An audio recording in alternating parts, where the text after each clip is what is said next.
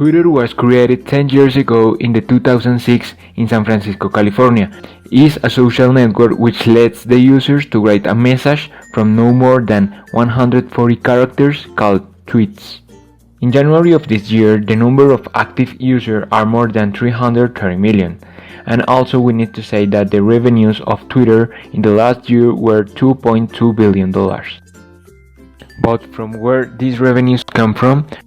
Well, the 85% of Twitter revenues come from the advertisings, and there are three main ways for a company or an individual to advertise on Twitter. First, promoting a tweet that will appear in the people's timelines. 2. Promoting the whole account. Or 3. Promoting the trend.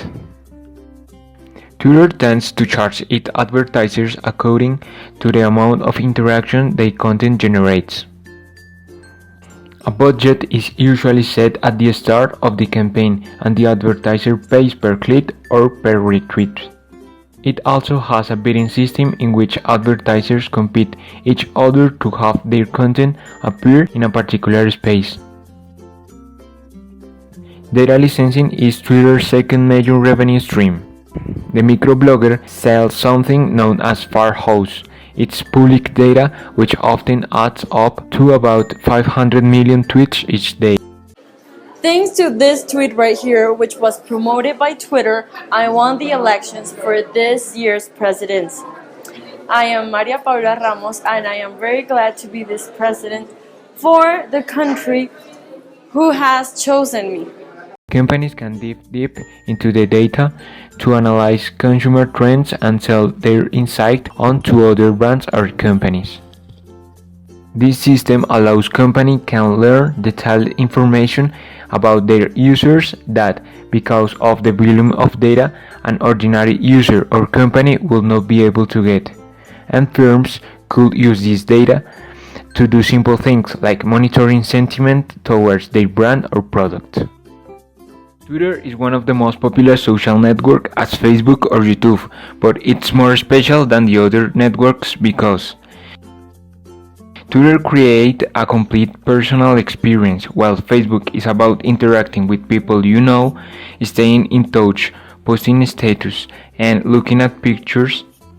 Twitter has this element as well, but it lets you to do it with complete strangers.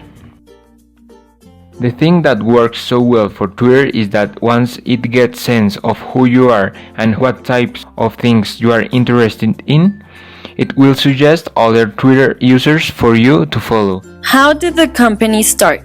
The idea was born originally within the audio company, an online radio podcasting which was unsuccessful.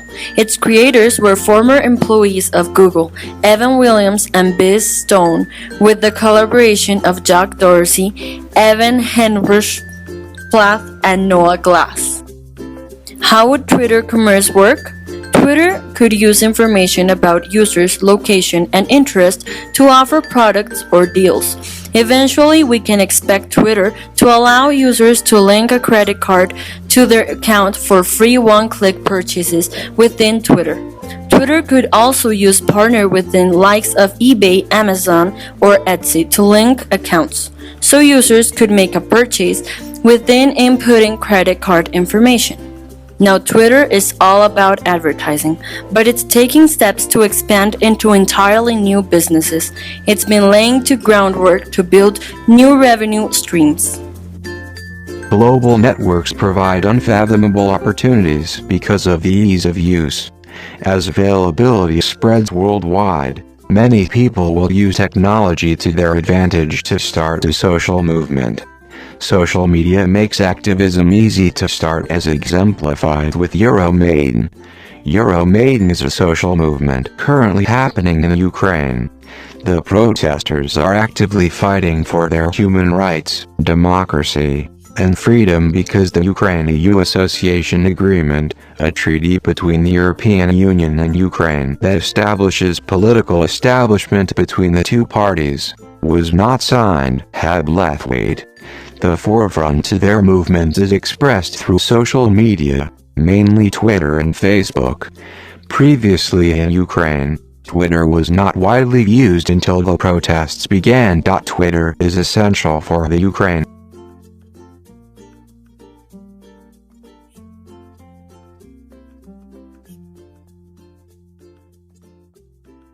I like the term social media explorer because right now I think everybody's just exploring that space. I don't think you could be an expert in it. But I didn't start using social media for any other reason except it's free. It didn't cost me anything. I come from old school broadcasting.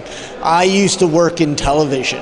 And so when I started Invisible People, I needed to get the message out.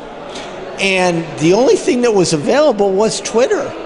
And Twitter literally had not only saved my life, it helped me save other people's lives. There's something just magical, serendipitous about Twitter. I mean, I wouldn't be here in Spain if it wasn't for Twitter. And just miracle after miracle after miracle happened. Now, how I use Twitter is a little different. What I do is I bring people vicariously with me. Now, you might some people call it life casting, I call it reality twittering. So I know majority of people are not gonna go into a tent city, or they're not gonna go under some bridge, or where Skid Row in Los Angeles. But I tweet in increments bringing them along. So they're watching their Twitter stream going, what's next? What's he doing? How can we help? And that really has engaged people to do more. While I was growing Invisible People, a lot of homeless people connected with me on social media. And as I learned how they use social media, I realized what a great tool for them to connect for peer-to-peer support. In addition, if they blog, if they Facebook, if they Twitter, or YouTube videos, that's the voice we need to hear. So wearevisible.com originally started as a tutorial to teach people how to use social media. But where we're going to take it, let's say that was 1.0, now we're going to do We Are Visible 2.0, is creating an infrastructure that allows peer-to-peer support. So people can communicate with each other on needs and help them get through the day.